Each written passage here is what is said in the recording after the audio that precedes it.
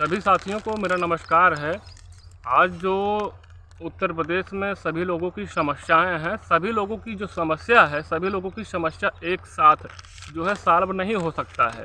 तो सभी लोगों की जो समस्याएं हैं, सभी लोगों को यह सोचना चाहिए क्या सरकार जो समस्या हमारी है उसको सॉल्व कर सकती है कि नहीं सॉल्व कर सकती है, उसको पहले सोचना चाहिए।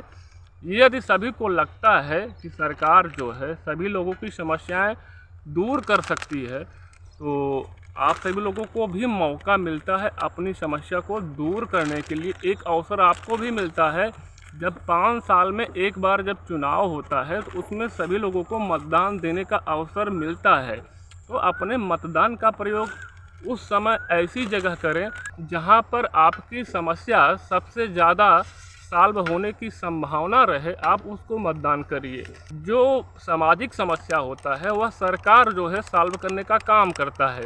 जो सरकार में जो सरकार को चलाता है, जो प्रधानमंत्री होता है, जो मुख्यमंत्री होता है, वही जो है आपकी समस्या पर विचार करके सॉल्व कर सकता है।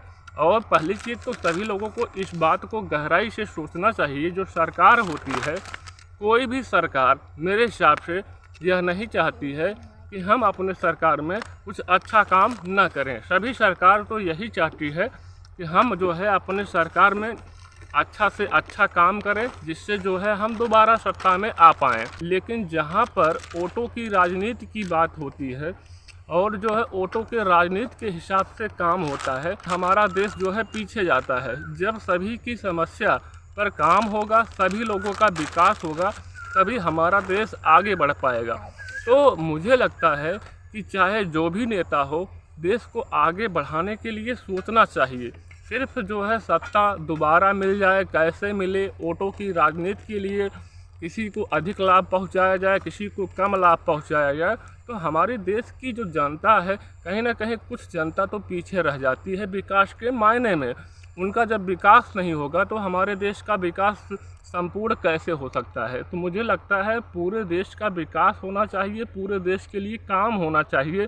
चाहे किसी की जनसंख्या कम ही क्यों ना हो, चाहे किसी की जनसंख्या ज़्यादा ही क्यों ना हो, मेरे हिसाब से सभी का विकास होना चाहिए। और जो सरकार है उसको यह भी ध्यान में देना चाहिए, मान लीजिए किसी सरकार में कोई कमी रही है, किसी समुदाय का विकास नहीं हो पाया है, तो उस समुदाय का आप बेफिक्र जो है, जो समस्या है, जो विकास में उसके जो रुकावट पैदा कर रही थी पहले, उसको आप दूर कर सकते हैं। लेकिन जो है बदले की भावना से मुझे लगता है किसी भी वर्ग के लोगों को नहीं देखना चाहिए। सभी वर्ग के लोगों को एक समान, एक बराबर देखना चाहिए। लेकिन जो वर्तमान सरकार है उसे जो पिछला सरकार था उसके कार्यकाल कैसा था उस हिसाब से आप काम करेंगे तो मुझे लगता है कि पूरे उत्तर प्रदेश का विकास, पूरे देश का विकास या किसी भी प्रदेश का विकास नहीं हो सकता है, न ही पूरे देश का विकास हो सकता है। और तुम चुप रहो। और मुझे लगता है जब आपको अवसर मिलता है मतदान करने का और आपके मतदान में कितनी ताकत होती है, आपको इसका एहसास होना चाहिए और गहराई से इस पर सोचना चाहिए और अपने मतदान को इस प्रकार से करें, ऐसे लोगों का चुनाव करें जो पूरे समुदाय को लेकर के साथ में चलने का काम करे।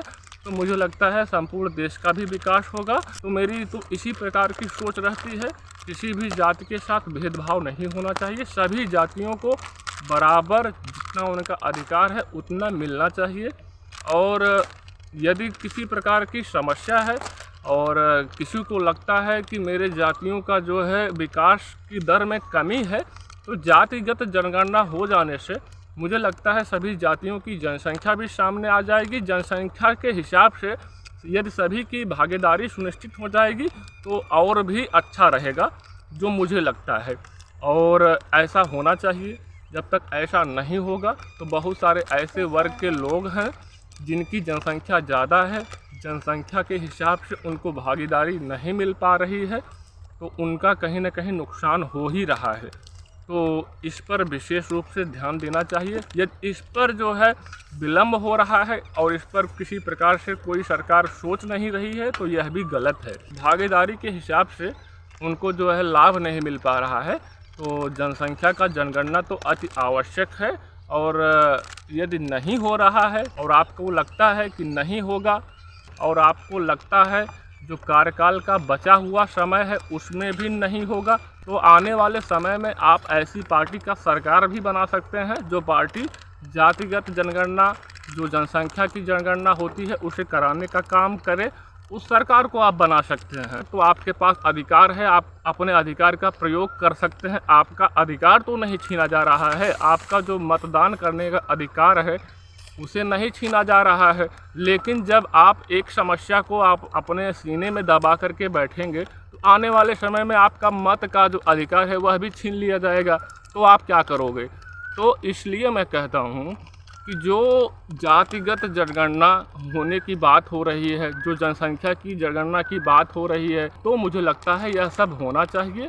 और आप सभी लोगों से मैं विशेष रूप से यही कहना चाहूँगा, आप सभी लोगों को समझाना भी चाहूँगा कि चाहे कोई भी सरकारी भर्ती हो, प्रत्येक वर्ष क्या प्रत्येक विभाग में जो है भर्ती आती है, नहीं आती है, तो सबसे ज़्यादा इसमें गरीबों का नुकसान होता है। गरीब इस बात को न देखें कि उन्हें राशन पानी मिल रहा है और राशन पानी के साथ उनके बच्चों को रोज़गार यदि नहीं मिल रहा है तो इसका नुकसान जो हो रहा है यह आप राशन पानी से जो है उसकी भरपाई नहीं कर पाएंगे।